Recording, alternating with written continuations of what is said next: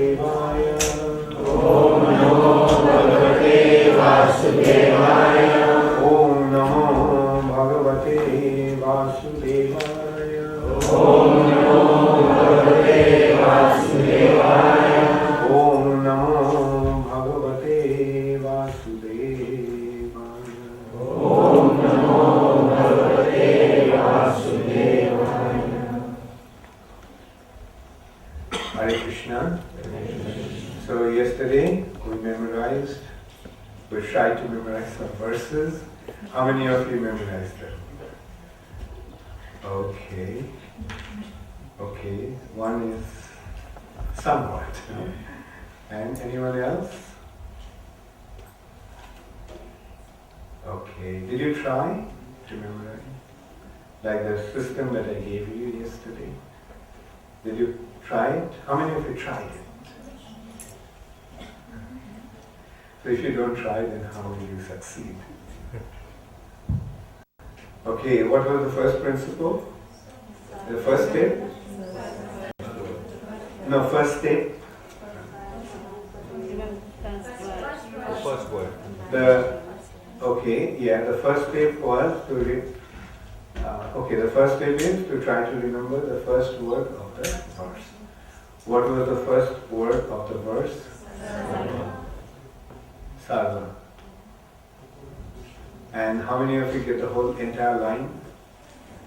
As soon as you hear Sarva, how many of you get the line? Entire line? Okay, Bharati. Very good. Sarva Upanishadam. Very good. So now, what was the second principle? Repeat it 3 times. Okay, all of you repeat it 3 times.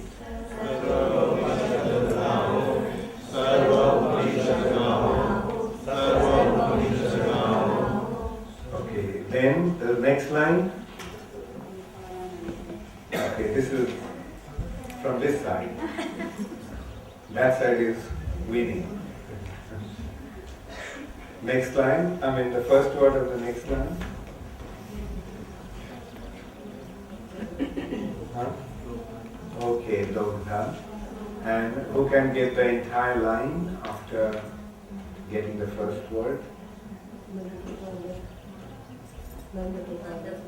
Okay, they got 2 points. Dogdha Gopala Nandana. Okay, repeat it. Dogdha Gopala Nandana. Dogdha Gopala Nandana. Dogdha Gopala Nandana. Okay, from this side, what is the first word of the first line? Okay, the entire line? Okay, next line? Very good. Then, the first word of the third line? Vatsa. Okay, they got 3 points. Vatsa, and then the entire line? Okay, Radhika got it. Radhika, say the line. Wonderful. They get 2 points. Vatsa, Partha, Sudhir, Bhokta. So repeat it 3 times.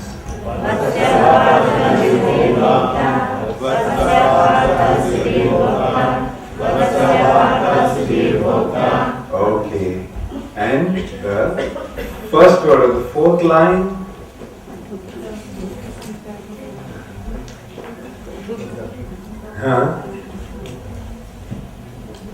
Who said it? Okay, so give us the entire line. Very good. So repeat it.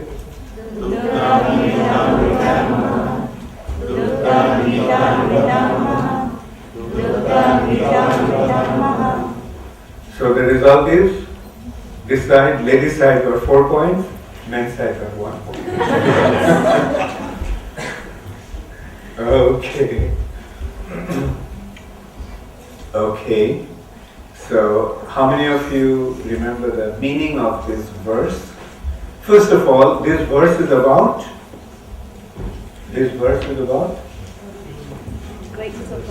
Yeah, Bhagavad Gita. describing the greatness or glory of Bhagavad Gita. Gita Mahatmya. And what is the meaning of this particular verse? In this verse, all the Upanishads have been compared to a cow. And Krishna, the cowherd boy, has milked the cow. And the cow has given the milk with Arjun as her calf. Vatsa Partha. And who drinks this milk? Who drinks this milk? Those who have very advanced intelligence. Now, are you all drinking this milk of Bhagavad Gita, the nectarian milk of Bhagavad Gita? How many of you like to drink this nectarian milk of Bhagavad Gita? Now, what it indicates? That you all have very advanced intelligence. And I'm very happy to be in your association. Incidentally, I forgot that I was supposed to give the class.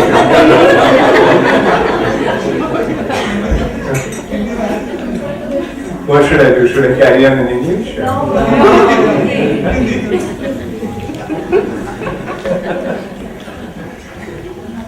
Okay.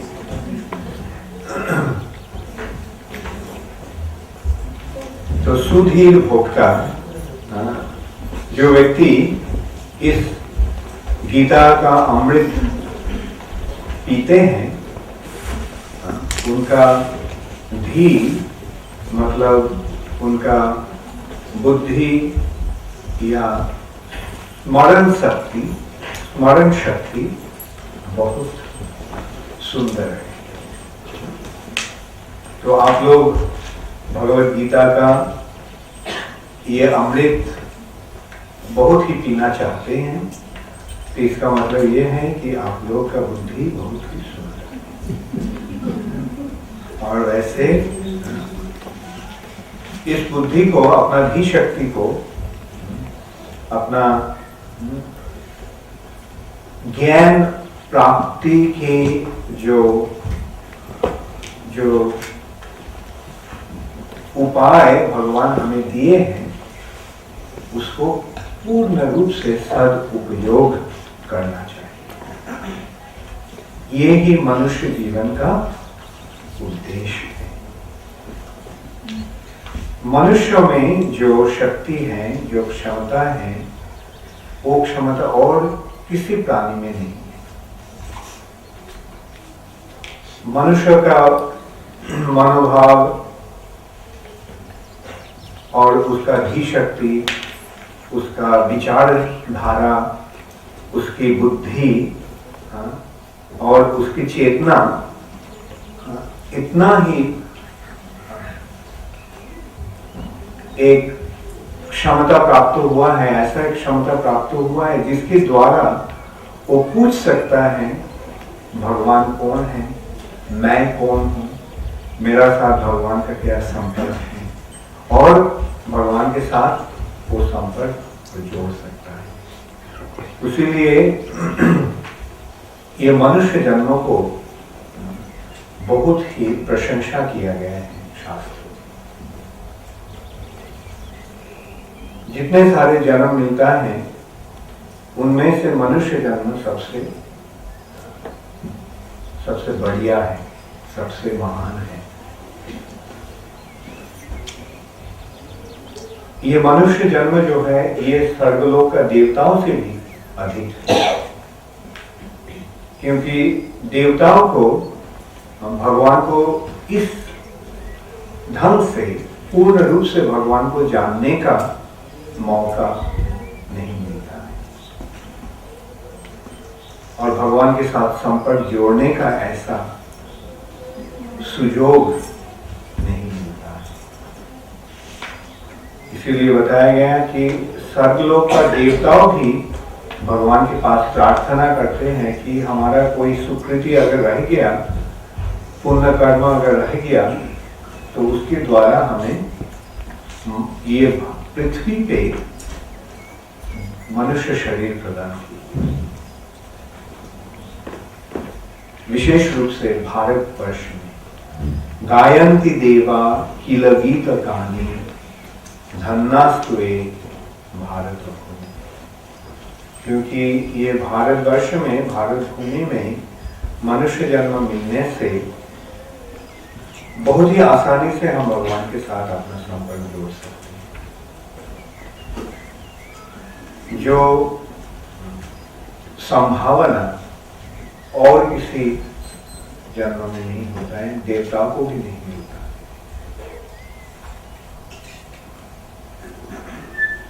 तो पहले तो ये दिव्य ज्ञान, वेद का जो ज्ञान वो भारतवर्ष में ही केवल मिलता था, परंतु आज श्रील प्रभुपाद की कृपा से पृथ्वी के कोने कोने में ये ज्ञान आज मिल रहा है और हमें अवसर मिल रहा है भगवान के साथ संपर्क जोड़ने का। हमें अवसर मिल रहा है भगवान को जानकर भगवान के साथ अपना संपर्क जोड़ने का कोशिश करें। और बहुत ही आसानी से हम ये कार्य संपादन कर सकते हैं।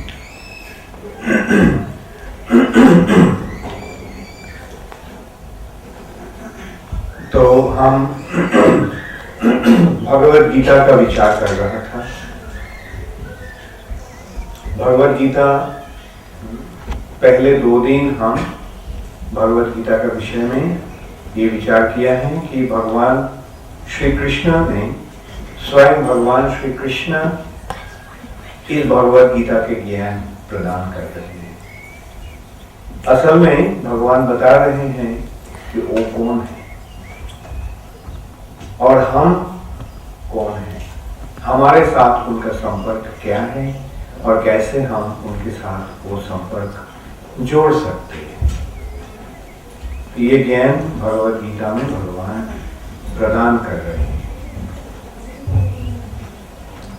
भगवद गीता में भगवान विशेष रूप में 5 विषय के बारे में बताए हैं। वो हैं जीवात्मा, प्रकृति, ईश्वर, कर्म और काल। तो हम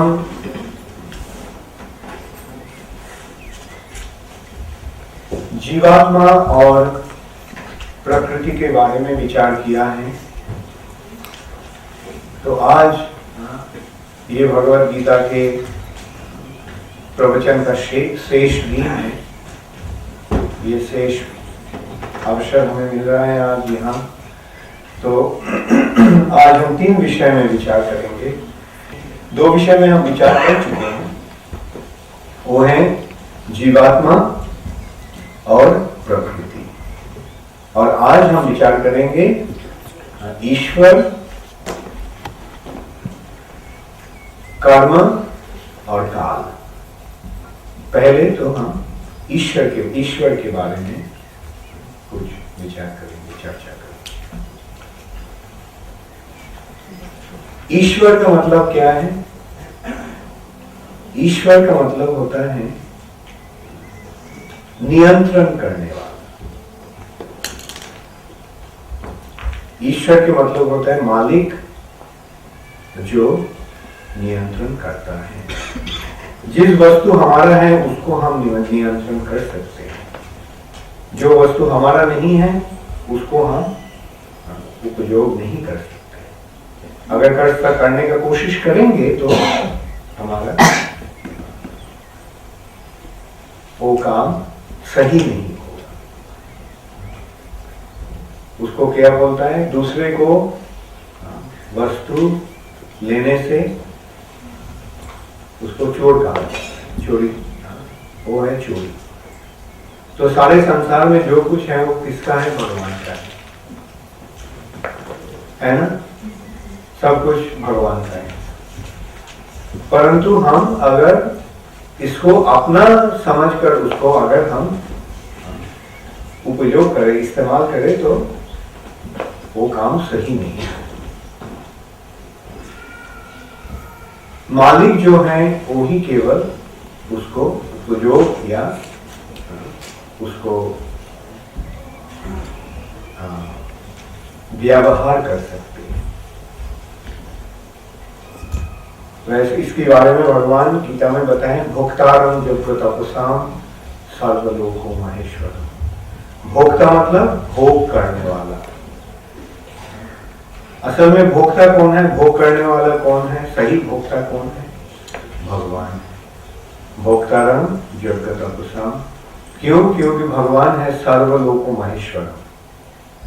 भगवान सर्वलोक मतलब ये ब्रह्मांड में जितने सारे लोक हैं, ये पृथ्वी एक लोक है, भूल लोक। ऐसे बहुत सारे लोक हैं, बहुत सारे स्थान हैं, बहुत सारे जगह हैं जहां बहुत सारे व्यक्ति वहां विराज करते हैं। तो ये सारे संसार के मालिक है भगवान, सर्वलोको महेश्वरम। महेश्वरम, हम ईश्वर के बारे में विचार कर रहा था, परंतु अगर असल में भगवान कौन है, भगवान महेश्वर है, महा ईश्वर, परम ईश्वर, जो परम अधिकारी हैं, जो परम नियंत्रण करने वाला है, जो परम सृष्टि करता और पालन करता है, वही है भगवान। तो भगवद गीता में भगवान का परिचय हमें बहुत सुंदर रूप से हम प्राप्त होते हैं। भगवद गीता का 3रे अध्याय में कर्मयोग के बारे में विश्लेषण करने के बाद 4था अध्याय में शुरू में भगवान अर्जुन को कह रहे हैं कि अर्जुन, इस ज्ञान जो 3रे अध्याय में जो ज्ञान तुमको मैं सुनाया, जो कर्मयोग का जो ज्ञान है, वो ज्ञान मैं पहले विवस्वान को दिया था। इमं विवस्वते योगम प्रोक्तवान अहम अव्ययम्। इस ज्ञान हम शुरू में सबसे पहले मैं विवस्वान को दिया था, और विवस्वान मनवे प्राहो, विवस्वान इस ज्ञान को अपना पुत्र मनु को दिया था। मनु इक्ष्वाकु वे अब्रवीत, मनु उनका पुत्र इक्ष्वाकु को दिया था। और ऐसे एवं परंपरा प्राप्तम इमं राजर्षयों की, ऐसे परंपरा की धारा में राजर्षियों के माध्यम इस ज्ञान का चर्चा हो रहा था, इस ज्ञान का प्रचलन हो रहा था। तब अर्जुन भगवान को प्रश्न किया, अपरो भवतो जन्म परम जन्म विवश। कृष्ण, तुम्हारा जन्म तो उस दिन हुआ था, और परम जन्म विवश, और विवशान का जन्म तो बहुत साल पहले हुआ था, करोड़ों साल पहले विवशान का जन्म। कथम एतद् विजानीय तमादो प्रत्यवानी थी। तो हमें कैसे, मैं कैसे इसको ग्रहण करूंगा कि तुम विवशान को इस ज्ञान प्रदान किया, है ना? प्रश्न बहुत सुंदर था, स्वाभाविक प्रश्न था। और कृष्ण, तुम्हारा जन्म तो उस साल हुआ था, 20 साल पहले हुआ था, 20 साल नहीं, 120 साल पहले। कुरुक्षेत्र के लड़ाई जब होने वाला था, तब कृष्ण का जन्म, कृष्ण का उम्र था 120 साल। फिर भी 120 साल पहले तुम्हारा जन्म हुआ था। तो कैसे मैं इसको स्वीकार करूंगा, ग्रहण करूंगा कि तुम इस ज्ञान को विवस्वान को दिया था। तब भगवान क्या बताया, बहुनी में व्यतीतानि जन्मानि तव चारि। बहुनी मतलब बहुत सारे, व्यतीतानि जन्मानि तव चारि। अर्जुन, बहुत बहुत बार तुम्हारा जन्म हुआ है और मेरा भी जन्म हुआ है, परंतु उस जन्म के बारे में तुमको कुछ भी याद नहीं है।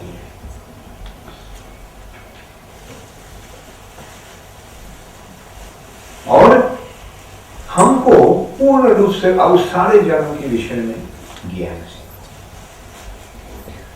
तुम सब भूल चुके हो, परंतु हमें पूर्ण रूप से याद है।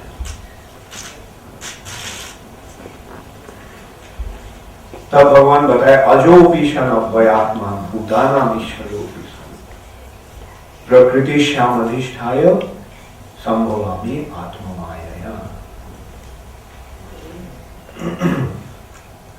अर्जुन, मैं अजय हूं, मेरा जन्म नहीं है, मैं जन्म रहित हूं, मेरा जन्म नहीं होता है। फिर भी शन अव्ययात्मा होते हुए भी हम ऐसे जन्म लेता हूं। कैसे? प्रकृति श्याम अधिष्ठाय संभवामि आत्ममाया। मेरा जो आत्म माया है, मेरा जो अंतरंग शक्ति जोग माया है, उस जोग माया के प्रभाव से मैं इस धरती पर ऐसे जन्म लेता। यहां हम देखते हैं भगवान का इस भौतिक जगत में अवतरण और हमारा जन्म में क्या अंतर है। हम हमारे कर्म फल के अनुसार, कर्म के अनुसार, प्रकृति की निर्देशना के द्वारा हम ये हमारा शरीर ग्रहण करते हैं, हमारा जन्म होता है।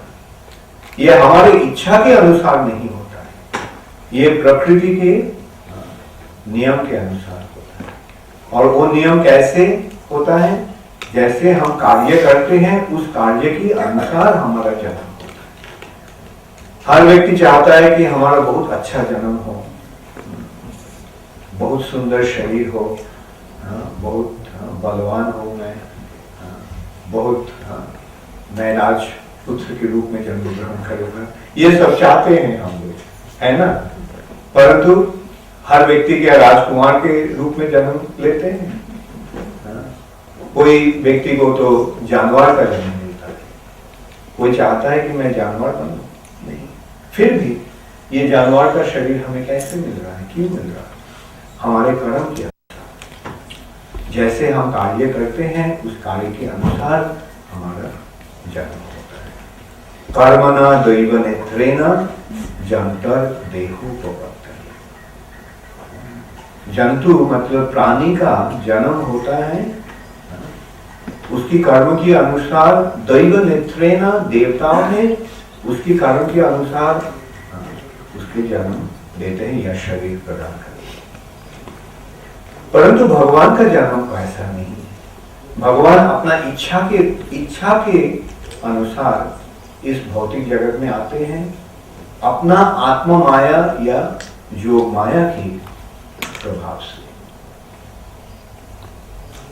भगवान इच्छा करते हैं तो ठीक है, हमको अब धरती पे जाना पड़ेगा, तो योग माया तो उसी समय सारे कुछ अरेंजमेंट कर लेते हैं। ऐसे भगवान लीला विलास करते हैं, तो हम अगर सोचेंगे कि ये लीला विलास एक ड्रामा जैसा है, भगवान का लीला एक ड्रामा जैसा है।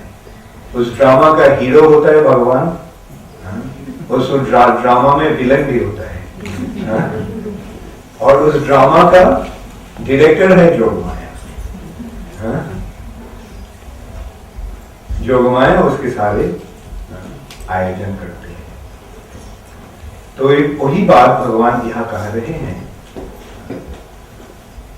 कि अजोपि शन अव्ययात्मा भूतानामीश्वरोपि सन प्रकृतिं श्याम अधिष्ठाय संभवामि आत्ममाया। और कैसे क्यों आते हैं भगवान? यदा यदा ही धर्मस्य ग्लानिर्भवति।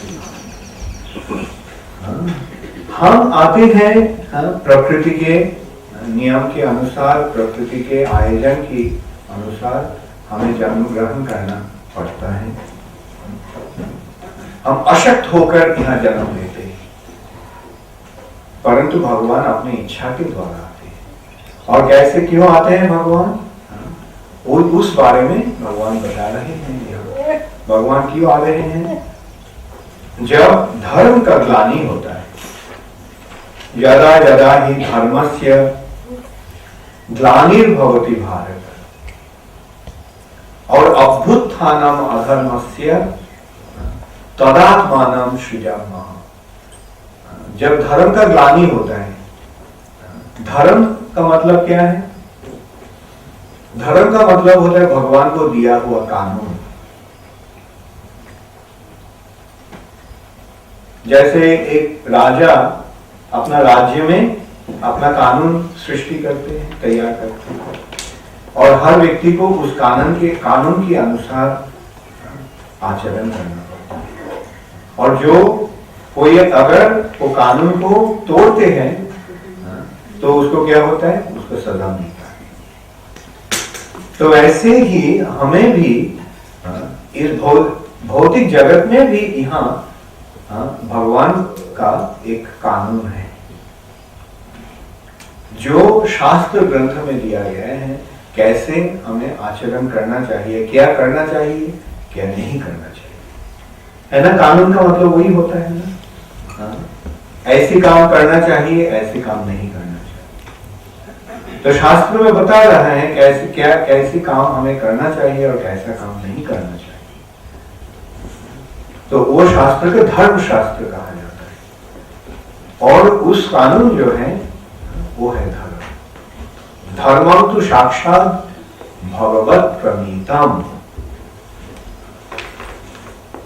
ये धर्म है भगवान को दिया हुआ, प्रणीतम, भगवान को दिया हुआ कानून, रूल्स एंड रेगुलेशन, लॉ। और जब आदमी कानून को नहीं मानता है, जब एक दो आदमी नहीं मानता है, तब तो उसको सजा मिलता है, सुधार लेता है। जो राजा रहता है, राजा का भी कर्तव्य है भगवान की कानून के अनुसार अपना राज्य को शासन करना। जब कोई वो कानून को तोड़ता है तो उसे सजा मिलता है। परंतु जब राजाओं ने जब आसुरी भाव ले लेता है और वो लोग जब कानून तोड़ना शुरू करता है तो वो तो सजा नहीं देते हैं, परंतु हर व्यक्ति, बहुत सारे व्यक्ति कानून तोड़ना शुरू करता है। तब धर्म की जगह अधर्म का विस्तार होता है। यदा यदा ही धर्मस्य ग्लानिर्भवति भारत। धर्म का जब ग्लानि होता है और अभ्युत्थानम अधर्मस्य, अधर्म का अभ्युत्थान होता है। अभ्युत्थान का मतलब उसका प्रभाव बढ़ जाता है। अधर्म का प्रभाव जब बढ़ जाता है, अभ्युत्थानम अधर्मस्य तदात्मानं सृजामः, तब मैं आता हूं।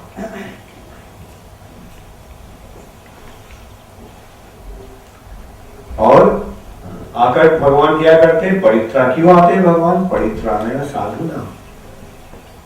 साधु कौन है? जो भगवान को मानता है, जो भगवान को कानून के अनुसार जो आचरण करता है, वो है साधु। साधु नाम परित्राणाय, साधुओं को परित्राण करने के लिए, और विनाशाय च दुष्कृताम।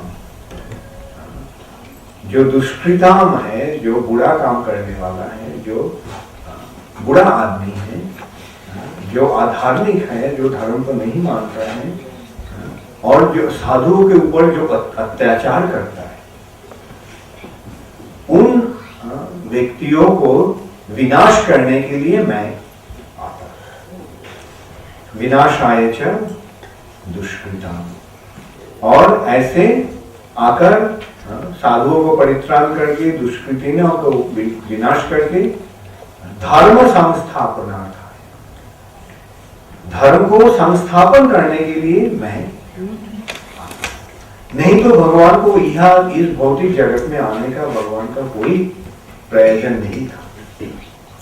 जैसे कोई राजा का कैद खाना में जाने का कोई जरूरत पड़ता है, कारागार में राजा को जाने का कोई जरूरत होता है नहीं। फिर भी राजा जा सकते हैं, जाकर जो कैदी जो है उन लोगों को शिक्षा देने के लिए, उन लोगों को बाहर निकलने का रास्ता दिखाने के लिए राजा कभी कभी जा नहीं सकते कैद खाना में, कारागार। वैसे ही भगवान यहाँ आते हैं। ये यहाँ जब यहाँ का परिस्थिति, इस भौतिक जगत का परिस्थिति जब खराब हो जाता है, बहुत संकट पूर्ण हो जाता है, जिस परिस्थिति में साधुओं का ऊपर अत्याचार होता है और जब असुर पाखंडी लोग जब ये संसार के ऊपर, ये धरती के ऊपर अपना प्रभाव विस्तार कर लेता है, तब ये परिस्थिति को संशोधन करने के लिए भगवान आते हैं। संभवामि युगे। और उसके बाद भगवान क्या कह रहे हैं? जन्म कर्म चमे दिव्यम एवं जो व्यक्ति तत्वतः त्वक्ता देहम पुनर्जन्म नैति मामेति सुवर्ति। अर्जुन, जब किसी को पता चल जाता है कि मेरा जन्म और मेरा कर्म दिव्य है, दिव्य मतलब ये भौतिक जगत की नियम के अनुसार वो नहीं होता है, ये केवल मेरा आध्यात्मिक इच्छा के अनुसार होता है। हमारे परम इच्छा के अनुसार हमारा ये जन्म और कर्म होता है। जब तत्वतः सही रूप से जब किसी को ये पता चल जाता है, तब उसको और इस भौतिक जगत में जन्म ग्रहण करना पड़ता है। त्वक्ता देहम मतलब जो अब जब वो शरीर छोड़ देते हैं, उसके बाद उसको फिर और जन्म नहीं लेना पड़ता। तो हम देखते हैं ये जन्म और मृत्यु का जो बंधन है, इस बंधन से हमें कितना आसानी से छुटकारा मिलता है। हम अगर भगवान ये हमें अगर ये पता लग जाता है सही ढंग से कि भगवान का जन्म और भगवान का कर्म दिव्य है, केवल ये अगर हम समझ लिया तो हमें और फिर इस भौतिक जगत में नहीं आना। गीता में भगवान ये बता रहे हैं। तो ऐसे हम देखते हैं भगवान कैसे अर्जुन को बता रहे हैं। क्या अर्जुन प्रश्न कर रहा था कि अर्जुन भगवान कृष्ण तुम कैसे, भगवान तो नहीं बोला उस समय, हे कृष्ण विवस्वान का जन्म तो बहुत साल पहले हुआ था, तुम तो तुम्हारा जन्म उस दिन हुआ है कोई साल पहले, तो तुम कैसे बता सकते हो कि तुम विवस्वान को ये ज्ञान दिया था? तब भगवान बताया वो कौन है, क्यों वो यहाँ आते हैं और आकर वो उन्हें क्या करते हैं। और ऐसे गीता में भगवान बहुत सुंदर रूप से विश्लेषण किया है कि वो कौन, भगवान कौन है, कृष्ण कौन है। अपना परिचय भगवान स्वयं प्रदान कर रहे हैं। और ये करते हुए भगवान बता रहे हैं कि अहम सर्वस्य प्रभवो मत्त सर्वं प्रवर्तते। सब कुछ हमसे ही उत्पन्न हुआ है, सब कुछ सृष्टि का स्रोत हूं मैं, और हमसे ही सब कुछ विराजमान है। मत्त सर्वं प्रवर्तते। और इति मत्वा भजन्ते मां बुधा भाव समन्विता।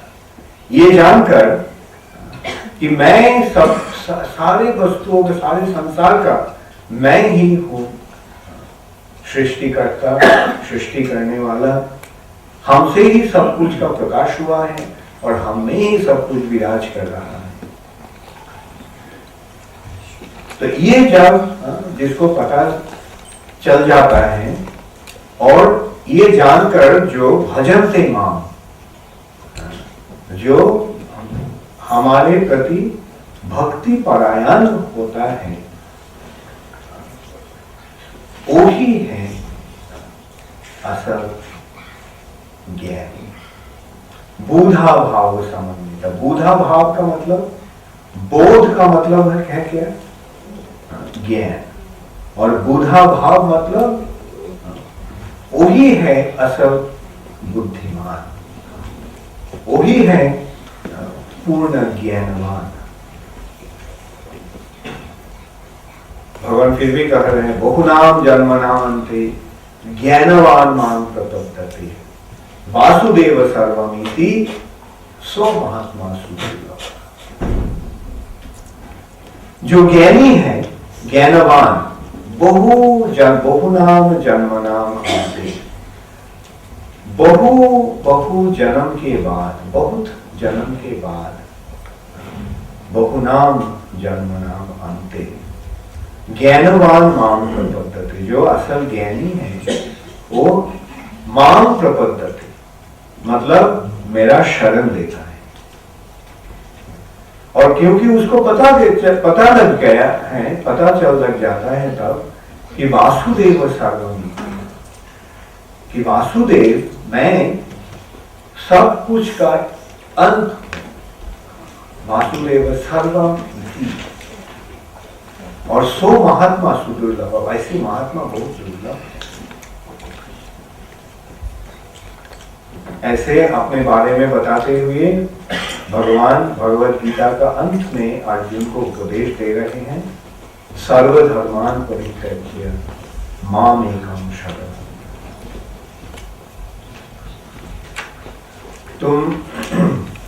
तुम्हारे जो सारे धर्म जो है, जिस धर्म के बारे में तुम सोच रहे हो, जिस धर्म के अनुसार तुम आचरण कर रहे हो, जिस धर्म को तुम अनुसरण कर रहे हो, वो सारे सब धर्म को परित्याग कर दो, त्याग दो। सर्वधर्मान परित्यज्य मामेकं शरणं, केवल मेरा ही शरण ले लो। माम एकम, केवल मेरा ही, और किसी को नहीं, केवल मेरा ही शरण ले लो। क्यों? क्योंकि धर्म का उद्देश्य है भगवान में प्रपत्ति, भगवान के पास अपने आप को समर्पण। तो ऐसी रूप से जब आत्मसमर्पण होता है, वही है सारे धर्म का अंतिम आचरण, अंतिम प्रकाश। तो ऐसे भगवत गीता में भगवान अपने बारे में बताए हैं। और भगवान कौन है, ईश्वर कौन है? श्री कृष्ण ही है परम ईश्वर। ईश्वरः परमः कृष्ण सच्चिदानंद विग्रह अनादिर आदिर गोविंद सर्व कारण कारण। तो तीसरी विषय जो भगवत गीता का था, ईश्वर, उसके बारे में हमें पता चला। ईश्वर कौन है? ईश्वर परम कृष्ण। केवल ईश्वर ही नहीं, परम ईश्वर है श्री कृष्ण। और उनका सच्चिदानंद विग्रह, उनका जो शरीर जो है वो भौतिक नहीं है, परंतु वो है सत, चित और आनंदमय। सत मतलब जो अविनाशी है, नित्य है। चित जो चिन्मय है, पूर्ण ज्ञानमय है। और आनंद पूर्ण आनंदमय है। तो श्री कृष्ण का रूप जो है ये कोई भौतिक रूप नहीं है, परंतु वो सच्चिदानंद स्वरूप है। ईश्वर परम कृष्ण सच्चिदानंद विग्रह। और वो कृष्ण कौन है?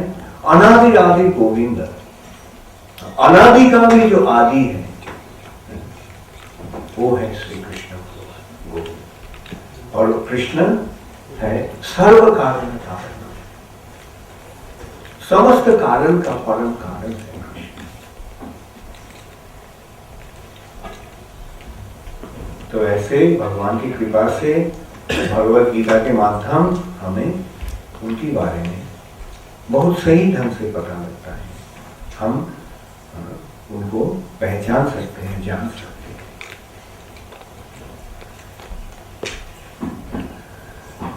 किसी का कोई प्रश्न है इस विषय में?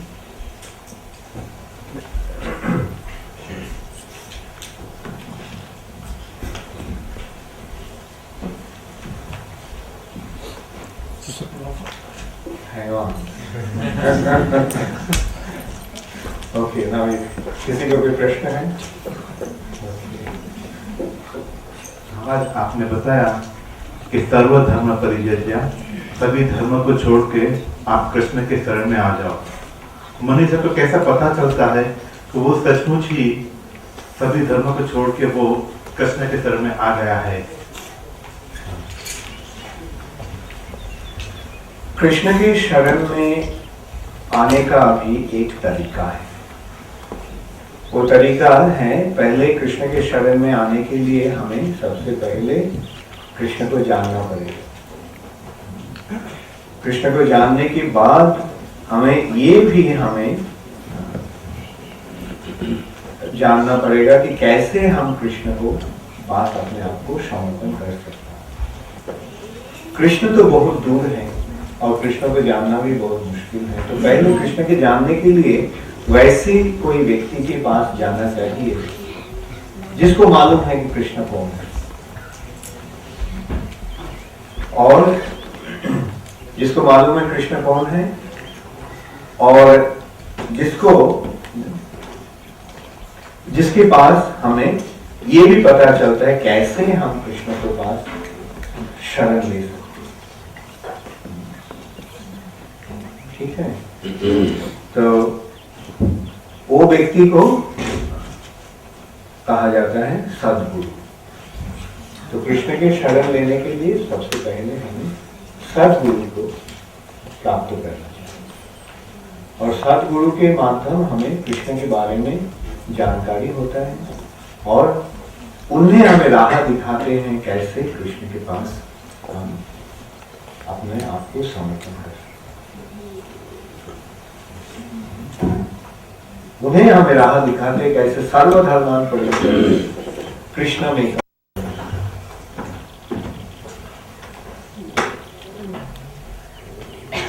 और कोई प्रश्न है? महाराज जी हरे कृष्ण। जैसे आपने कहा भगवान कहते हैं कि सर्वधर्मान परित्यज्य, वर्तमान में तो अनेक प्रकार के धर्म हैं, तो वास्तव में भगवान कौन से धर्म को छोड़ने के लिए कह रहे हैं? देखो, ये भगवान जो कह रहे थे ये सर्वधर्मान परित्यज्य, ये भगवान आज से लगभग 5000 साल पहले बताए थे। तब तो वैसे ईसाई धर्म, मुसलमान धर्म, यहूदी ये नहीं था। भगवान जो धर्म के बारे में कह रहे हैं वो है ये भौतिक जगत के भोग करने के लिए जो शास्त्र का निर्देश का पालन रूप का जो धर्म है उसके बारे में बता रहे हैं, या भगवान वर्णाश्रम धर्म के बारे में कह रहे हैं, क्योंकि वर्णाश्रम धर्म ये भौतिक जगत का धर्म है। मतलब कोई जिसका ब्राह्मण का घर में जन्म होता है, ब्राह्मण वंश में जन्म होता है, वो सोचता है ब्राह्मण। जो क्षत्रिय है वो सोचता है मैं क्षत्रिय हूँ, ये मेरा धर्म है। परंतु ये धर्म जो है ये शरीर का धर्म है। तो भगवान ये शरीर का धर्म छोड़कर, ये भौतिक जगत का भोग करने का धर्म को छोड़कर आत्मा की, शुद्ध आत्मा का जो विशुद्ध धर्म, भगवान के चरण कमलों में अपने आप को समर्पण, उस धर्म के बारे में। मतलब ये शरीर के जितने सारे धर्म हैं वो सारे त्याग देकर आत्मा को धर्म होगा।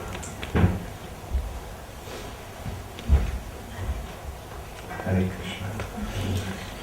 और कोई प्रश्न है?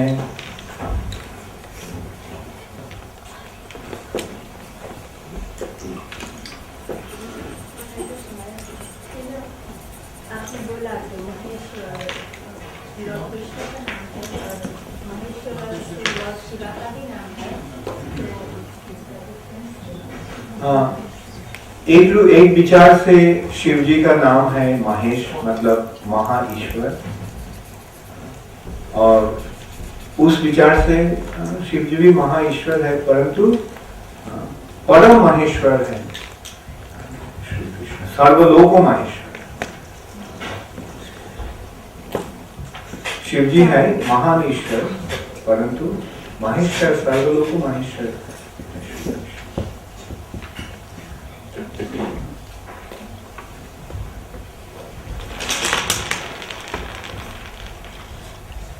और कोई किसी का प्रश्न है?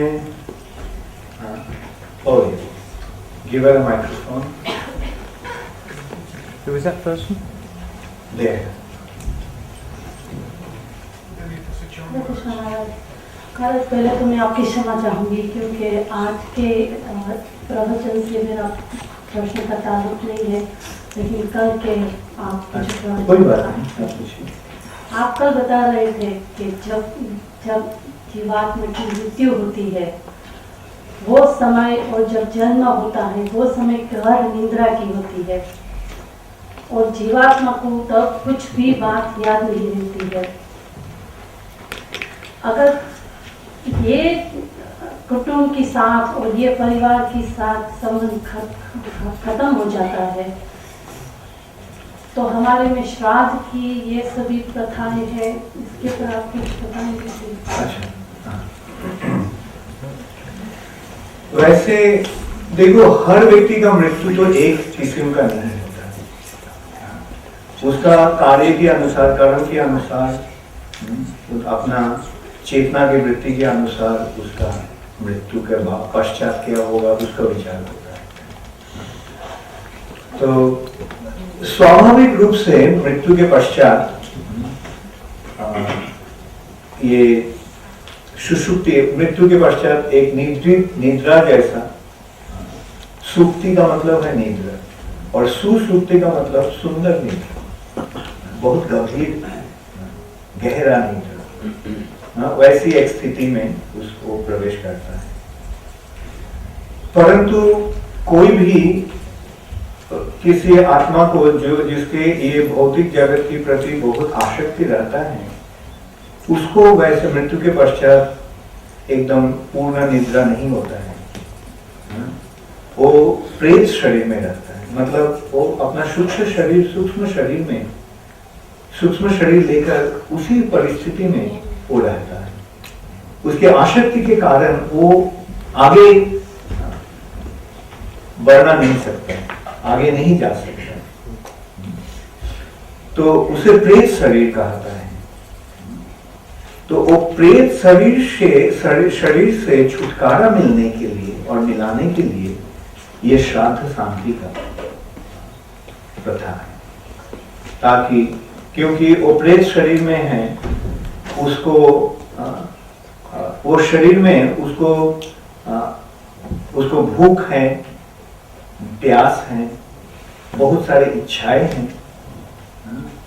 तो ये सारे जो वासना है उसको तृप्ति देने के लिए उसको खाना दिया जाता है, पीना दिया जाता है और बाकी सारे कुछ उपयोग दिया जाता है, और वो सारे भगवान के संबंध से होता है। और भगवान संबंधित खाना मतलब प्रसाद प्राप्त खाने से उसका आत्मा का शांति हो जाता है।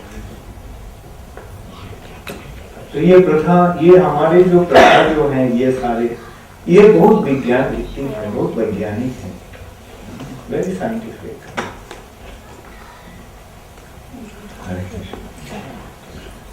और कोई आदमी को ऐसा भी हो सकता है कि वो ये शरीर छोड़ने के बाद सीधा भगवान के पास चला जाए, जो शुद्ध भक्त है उसका तो इस भौतिक जगत में रहने का, ना तो प्रेत शरीर में रहने का या देव शरीर में रहने का कोई कारण नहीं रहता है। वो अपना शरीर त्यागने के बाद उसका आत्मा जो शुद्ध हो गया है, शुद्ध आत्मा भगवान के पास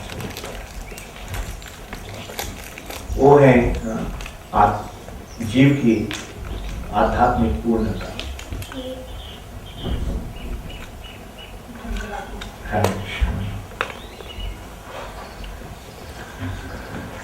ओके, तो अच्छा हाँ बताइए।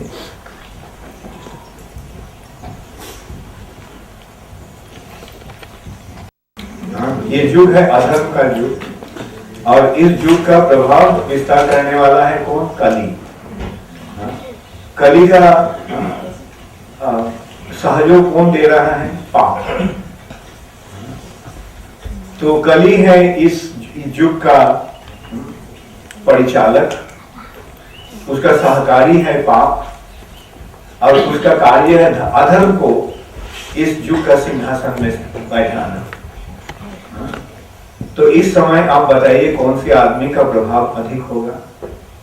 जो पापी हैं, जो अधार्मिक हैं, उन लोगों का प्रभाव अधिक होगा यहाँ, है ना?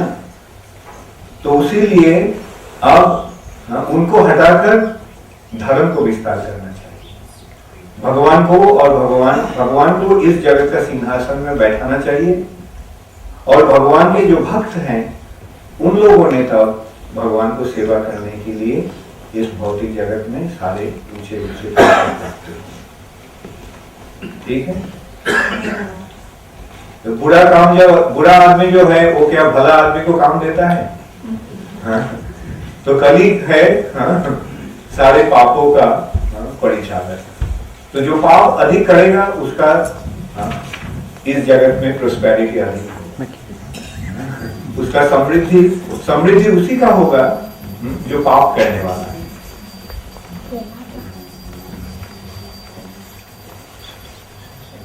हाँ, हरे कृष्ण। आपने मुझे बताया जो भगवान कहते हैं सब धर्मान परित्यज्य, 5000 साल पहले भगवान जो शरीर का धर्म है या परिवार के प्रति जो धर्म सोसाइटी वो धर्मों को छोड़ने के विषय में बोलते हैं। तो परिवार का मतलब क्या? जैसे परिवार के प्रति कोई धर्म है या किसी भी तरह के विषय में धर्म है, शरीर से जो संबंधित धर्म है, अच्छा, उसको छोड़ने के लिए भगवान कहते हैं। मैं परिवार के बारे में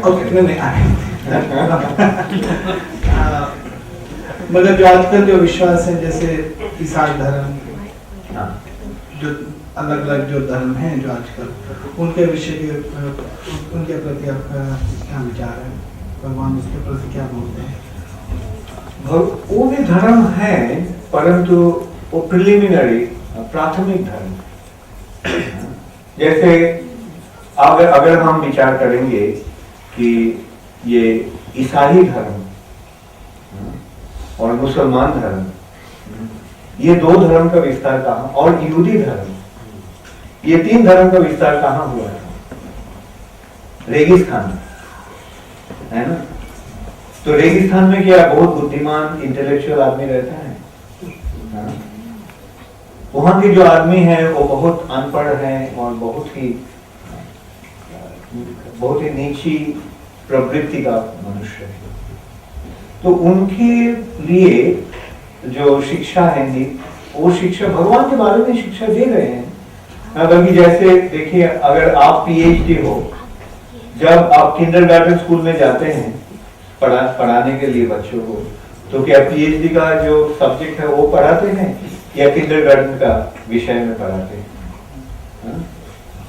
तो वैसे ही ये जो धर्म है ये बहुत प्राथमिक धर्म है, जिसमें भगवान को मानने का शिक्षा दिया गया है। भगवान एक है, भगवान परम ईश्वर है, भगवान सारे संसार के मालिक है, भगवान हमारे परम पिता हैं, और उनको शरण लेना ही हमारा कर्तव्य है। ये भी सही धर्म है, परंतु ये धर्म हाँ, बहुत नीची स्तर का है, मतलब प्राथमिक स्तर का धर्म। और इसके आगे बढ़कर और भी जानने का और मानने का और आचरण करने का सुयोग है। मुश्किल ये हो जाता है जब वो कहते हैं वो लोग कि हमारा धर्म ही धर्म है और बाकी सब बर्बाद है, बकवास है, तभी मुश्किल हो जाता है। जैसे सोचो, ये प्राइमरी स्कूल का बच्चे लोग अगर बोलेगा मेरा जो पाठ है वही पाठ है और बाकी सब बकवास है, तो क्या होगा? एजुकेशन डिपार्टमेंट चलेगा? एजुकेशन डिपार्टमेंट का सत्यानाश हो जाए। तो वही धर्म का क्षेत्र में वही हो रहा है। जबरदस्त वो कह रहे हैं कि हमारा धर्म सही है, बाकी सब अधर्म है। और वो लोग ये जब सुनना नहीं चाहते हैं तभी मुश्किल हो जाता है। अगर जब वो सुनते हैं, हम देखते हैं इस्कॉन में, देखिए मुसलमान है, क्रिश्चियन है, यहूदी है, तो वो लोग क्या अपना धर्म त्याग दिया क्या, या अपना धर्म का ही आचरण कर रहे हैं और आगे बढ़ रहे हैं? जो धर्म जो है असल में भगवान के जानना और भगवान के पास अपने आप को समर्पण करना, ये धर्म तो पालन हो रहा है। प्राइमरी स्कूल में जो पाठ शुरू हुआ, अब सेकेंडरी स्कूल में उसका आगे बढ़ रहे हैं और फिर जाके हाई स्कूल में जाएंगे, उसके बाद कॉलेज में जाएंगे, यूनिवर्सिटी में जाएंगे और अंत में मास्टर्स डिग्री करके पीएचडी लेंगे। तो असल में धर्म का क्षेत्र में भी वैसा हमें आगे बढ़ने का अवसर है और उस अवसर को ग्रहण करना चाहिए। और भगवद गीता, श्रीमद् भागवतम वो सबसे ऊंची श्रेणी का पढ़ाई दे रहे, पाठ दे रहे। हरे कृष्ण।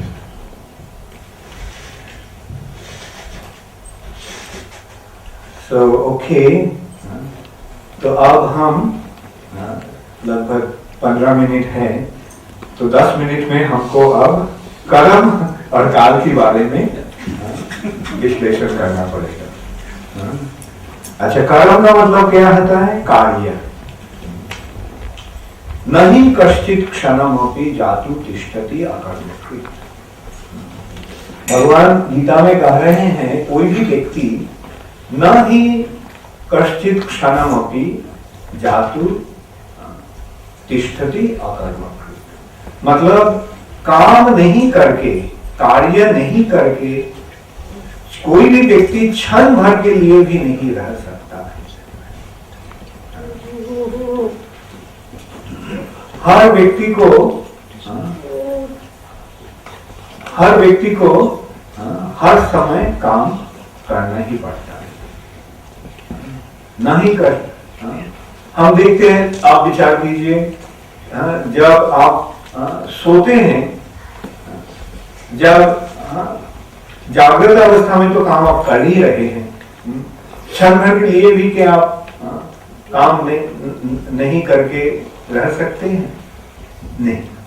आप या तो बैठे हुए हैं, परंतु मन का काम हो रहा है, चिंता हो रहा है। और देखिए शरीर का अंदर भी कितना काम हो रहा है।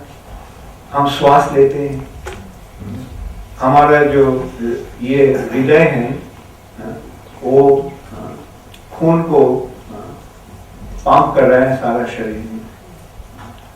हमारा पेट में जो हम भोजन किया है उसको डाइजेशन हो रहा है, पचन हो रहा है। जब हम सोए हुए हैं तब भी हमारा ऐसे काम चल रहा है। तो कोई भी व्यक्ति एक क्षण भर के लिए भी काम ना करते हुए रह सकते हैं। हर व्यक्ति को हर समय कुछ ना कुछ काम करना ही पड़ता है।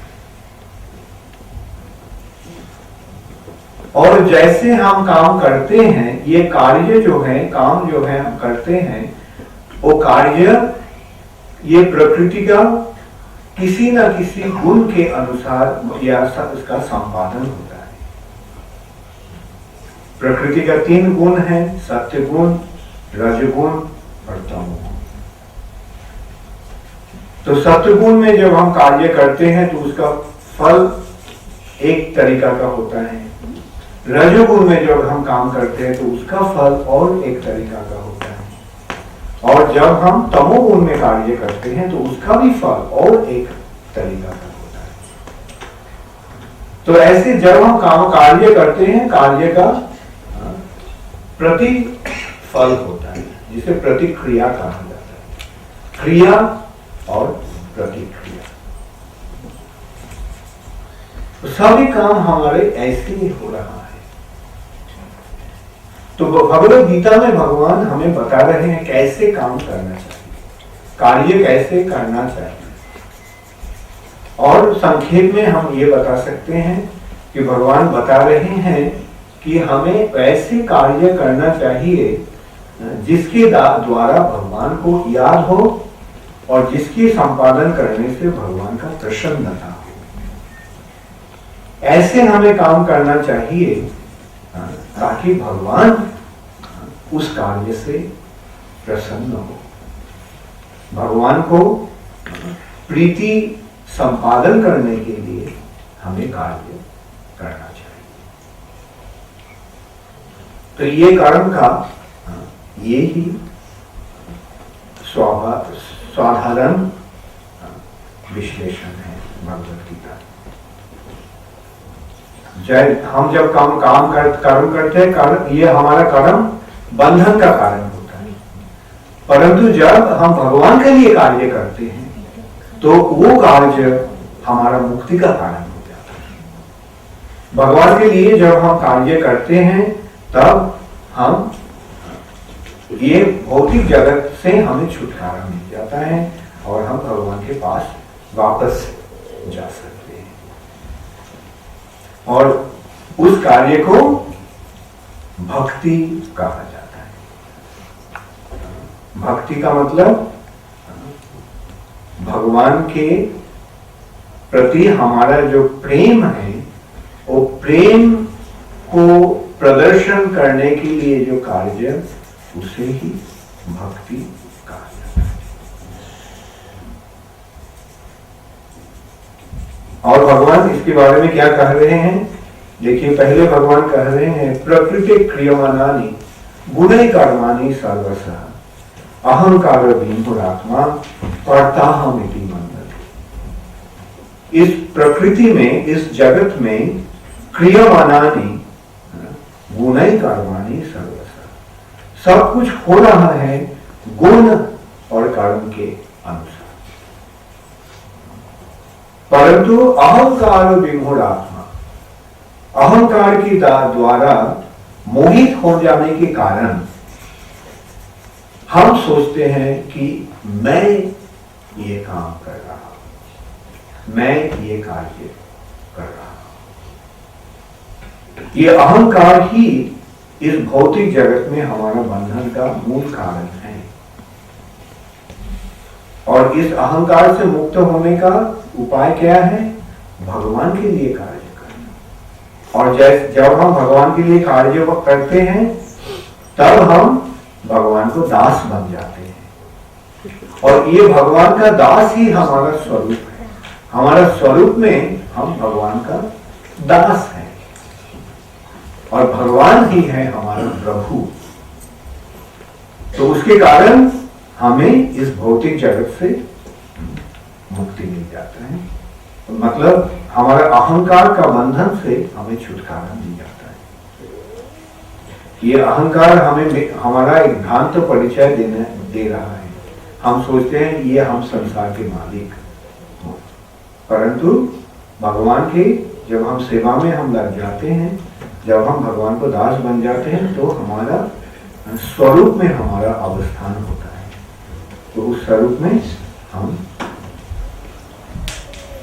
हमारा आध्यात्मिक स्थिति प्राप्त होते हैं। तो ये है कर्म। कैसे कार्य करना चाहिए? भगवान की सेवा के लिए ही कार्य करना चाहिए। जब करोसी जगस्नासी जब जूहसी ददासी जब तपस्योषी कौंतेय तत्पुरुष मदर। भगवान अर्जुन को कह रहे हैं कि अर्जुन तुम जो कुछ खाते हो, जो कुछ करते हो, जब करोसी जगस्नासी जो कुछ तुम खाते हो, जब जूहसी यज्ञ में तुम जो अर्पण यज्ञ करते हो, ददासी जब जो कुछ तुम दान करते हो, जब तपस्वी जो तपस्या करते हो, तत्पुरुष मदर। तो सारे कार्य तुम हमें अर्पण करो। तो ये है कर्म का अंतिम प्रकाश। और काल रूप में भगवान सब कुछ को सृष्टि करते हैं। काल में सब कुछ उत्पन्न होता है और इस काल के द्वारा ही सबको संहार होता है। भगवान काल के रूप में सब कुछ को, इस काल के रूप में काल के ऊपर सब कुछ विराजमान है और इस काल के द्वारा ही भगवान कालो उष्मी सर्वक्षयकृत प्रवृत्त। कालो उष्मी, मैं हूं काल, समय। इस समय के रूप में, काल के रूप में हम सब कुछ को संहार करता, विनाश करता, सर्वक्षयकृत प्रवृत्त।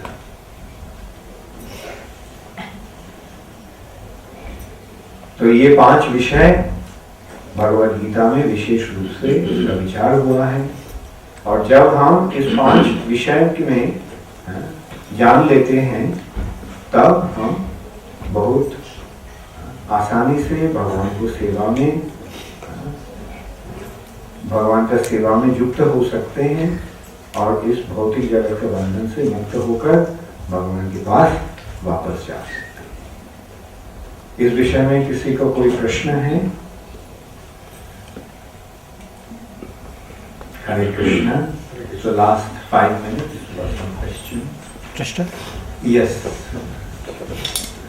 Krishna Balaram.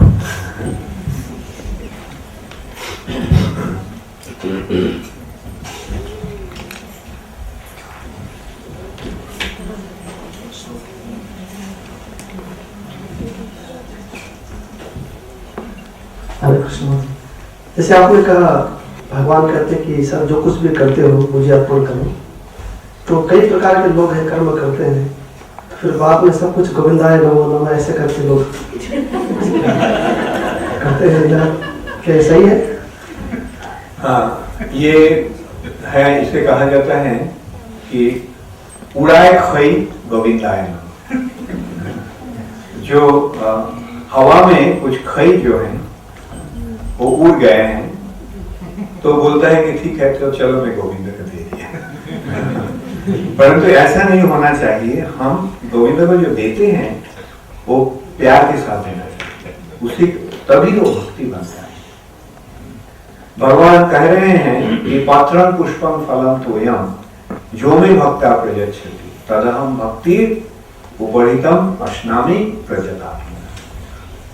अगर कोई हमें थोड़ा सा पत्ता, पत्रम, फूल, पुष्पम, फलम, फल, तोयम, पानी भक्ति के साथ अर्पण करे तब मैं उसको ग्रहण करता हूं। ऐसे प्यार के साथ अगर नहीं दिया गया तो भगवान उसको नहीं ग्रहण करेंगे। जैसा दुर्योधन कृष्ण के लिए कितना बड़ा आयोजन किया था, बहुत सुंदर भोजन का आयोजन किया, कृष्ण ने ही ग्रहण किया और दुर्योधन के घर में कृष्ण नहीं गया। क्यों नहीं? क्योंकि वो प्यार के साथ नहीं अर्पण किया गया था। परंतु भगवान विदुर का घर गया और जाकर विदुर का जो खुद जो टूटा हुआ जो चावल से बनाया हुआ जो अन्य विदुर केवल वही भगवान को दे सका और भगवान बहुत तृप्ति के साथ उसको ग्रहण। क्यों? क्योंकि इसका जो टूटा हुआ चावल का जो अन्न जो है वो भक्ति के साथ रखा। तो भगवान प्यार ग्रहण करते हैं, वैसे कोई वस्तु को नहीं ग्रहण करते हैं जिससे जो प्यार के साथ संपन्न नहीं किया गया। हरे Krishna. Hare Krishna. So thank you all very much. Oh, there is another question. Okay, last question.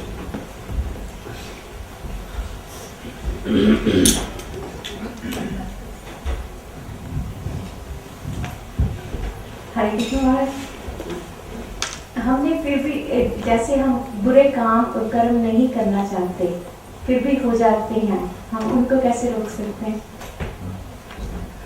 अगर कोई काम बुरा काम हो गया है और बाद में पता चला कि ये काम नहीं करना चाहिए, तो मन में अनुताप होना चाहिए उसके कारण, और उसके पश्चात हम भगवान के पास ये प्रार्थना भी कर सकते, भगवान गलती हो गए, हमें माफ कर दीजिए। तो ये भगवान तो माफ कर देंगे, परंतु हमें ये भी विचार करना चाहिए कि बाद में ऐसा काम कभी नहीं करना चाहिए। तो भगवान देखो, भगवान तो हमारा हम लोगों को सुधारने के लिए ही यहाँ आते। तो हम हार्दिक भावना लेकर अगर हमें हमारा जो भूल या त्रुटि जो है उसको संशोधन करना चाहते हैं तो भगवान जरूर हमें मदद देंगे।